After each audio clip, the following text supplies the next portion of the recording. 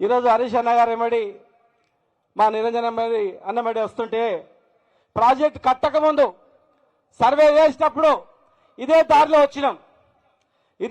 వచ్చినప్పుడు ఎటు చూసినా ఇటు చూసినా అటు చూసినా ముండ్ల చెట్లు తప్ప వేరే పంటలు మాకు కనపడలే.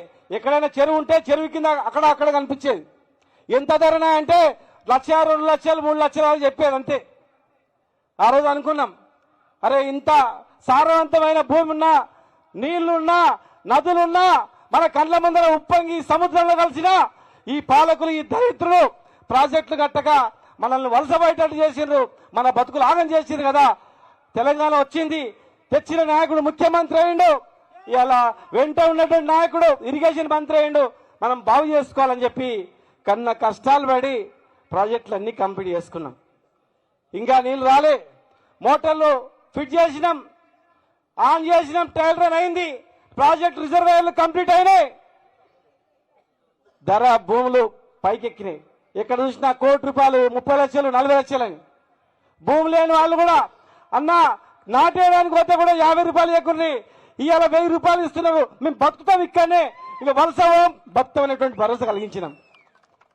మీరు మాయమాటలు నమ్మి మళ్ళా కాంగ్రెస్ చేతిలో పెడుతుంది. 70 ఏళ్ళు ఈ రాష్ట్రాన్ని ముంచినటువంటి పార్టీ చేతిలో, మనల్ని ఆగం చేసిన పార్టీ చేతిలో మళ్ళా మోసపోయి ఓట్లేస్తే చూడండి, 2.5 సంవత్సరాలు అయింది. ఈ 2.5 సంవత్సరాల్లో కనీసం మోటార్లను ఆన్ చేసిండ్రా?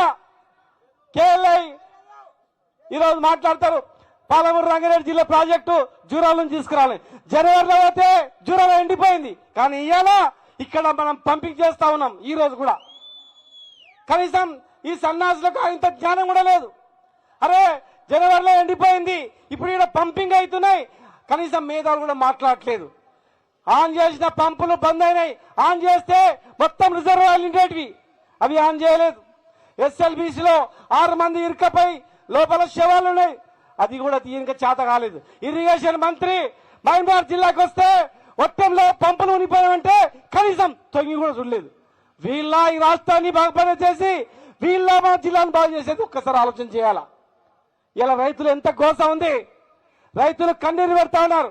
ఈరోజు అక్కడక్కడ వర్షం నీళ్లకు మేకలు, గొర్రెలు, బర్రెలు, చేపలు, మా తిరుపతి రెడ్డి గారు ఇంతకుముందు చెప్పిండు, ఇక నిండా చెరువులో చేపలు ఉన్నాయని చెప్పింది. వాళ్ళ ఇంటికి అడుగుతే మరి చేపలకు, గొర్రెలకు, అన్ని కులవృత్తులకు ఒక జీవకళ వచ్చింది. రైతు బాగుపడితే అందరం బాగుపడుతున్నటువంటి ధైర్యం వచ్చింది. ఇలా వీళ్ళ 2.5 ఏళ్లలో ఒక్క ప్రాజెక్టు కంప్లీట్ చేయలే. మోటార్ ఆన్ చేసి నీళ్లు నింపడానికి చేత కాదంట, కానీ ఇక్కడ గొల్లపల్లిలో, చీరపల్లిలో ప్రాజెక్టు కడతారంట. ఎవరి గురించి కడతారు, ఎందుకు కడతారు? ఆ ప్రాజెక్టు మొత్తం నింపిన తర్వాత ఖచ్చితంగా అవసరం అనుకుంటే పంపింగ్ చేసుకుంటారు, కానీ దీనివల్ల లాభం లేదు. కేవలం కాంట్రాక్టర్లను లాభం చేయడానికి, కాంట్రాక్టర్లను బతికించడానికి చేసిన ప్రాజెక్టు తప్ప వల్ల ఏం లేదు. మోసం చేసి అధికారంలోకి వచ్చిండ్రు. ఇలా మన జిల్లా మొత్తం వ్యవసాయం చేసుకుని బతకాలి, మనం వేరే బతుకుతారు లేదు మనకు. ఇప్పటి వరకు 2.5 చేసింది ఏం లేదు. ఇక మిగిలింది ఎంత తెలుసా? ఇంకా సంవత్సరం లేదంటే సంవత్సరంన్నర. వీళ్ళు ఎప్పుడు చేస్తాడు, ఎప్పుడు వీక్తారు, ఎప్పుడు చేస్తారు చెప్పండి? వీళ్ళ వల్ల అదే పని కాదు. ఈడ ఏం బీకలే, కానీ కేరళలో చెప్తున్నారు. ఏం చెప్తున్నారంటే తెలంగాణలో రైతు బంధు మొత్తం ఇస్తున్నామని చెప్పారు. ఇస్తున్నారా? తెలంగాణలో ₹4,000 పెన్షన్ ఇస్తున్నామని చెప్తున్నారు. ఇస్తున్నారాక? 2,000, 4,000 చేసిండ్రా? కానీ కేరళలో చేసినామని చెప్తున్నారు. ప్రతి మహిళకు 2,500 ఇచ్చినామని చెప్తున్నారు. ఇచ్చిండ్రా? కళ్యాణ లక్ష్మిలో తులం బంగారం ఇచ్చినామని చెప్తున్నారు. ఇచ్చిండ్రా? వీళ్ళ ముఖాలకు పైసలు పెట్టి ఒక యూరియా బస్తాలు కావాలంటే యూరియా బస్తాలు కూడా షాపులలో దొరుకుతున్నాయా? పైసలకే యూరియా బస్తాలు దొరకపోతే వీళ్ళు ఏం చేస్తారు? కనుక మిత్రులు ఒకటే చెప్తున్నా, మనందరం ఐక్యం కావాల్సిన అవసరం ఉంది, నడుం బిగించాల్సిన అవసరం ఉంది.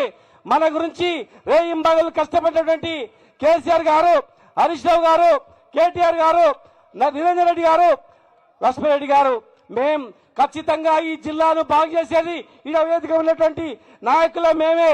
వీళ్ళు కాదు, వీళ్ళొక్క ప్రాజెక్టు చేయలేదు, ఒక్క ఉద్యోగం ఇవ్వలేదు. వీళ్ళు చేసేది అక్రమ కేసులు తప్ప ఏం లేదు. ఎవ్వరు కూడా కేసులకు భయపడకండి. ఏ కేసు పెట్టినా మన ప్రభుత్వం వస్తుంది, వచ్చిన 2 రోజుల్లోనే వీళ్ళు పెట్టిన కేసులు మొత్తం కూడా ఖచ్చితంగా మాఫ్ చేస్తాం. తెలంగాణ ఉద్యమంలోకి ఎత్తిన కేసులు రాష్ట్రం రాగానే ఎట్లయితే ఒక జీవో ద్వారా రద్దయినవో ఈ కాంగ్రెస్ పరిపాలనలో మీ పైన పెట్టిన ఏ కేసు అయినా కూడా ఖచ్చితంగా అలాంటి కేసులను రద్దు చేయిస్తాం. భయపడకుండా మీరందరూ కూడా ఏ ఎలక్షన్ రాబోయే ఎలక్షన్స్ ఉన్నాయి, ఎంపీటీసో జెడ్పీటీసో పెట్టాలా వద్దని ఆలోచన చేస్తా ఉన్నారు. రేపు ఏ జరిగినా ఎవరు ఆందోళన చేసినా ఇది వనపర్తి కదా, ఇది ఏదుల కదా, లేకపోతే ఇంకోది అనొద్దు, అందరం రావాలి. ప్రజా వ్యతిరేక పరిపాలన మనం ఖచ్చితంగా నిరోధించాలని చెప్పి మీ అందరు కూడా తెలియజేస్తూ జై తెలంగాణ.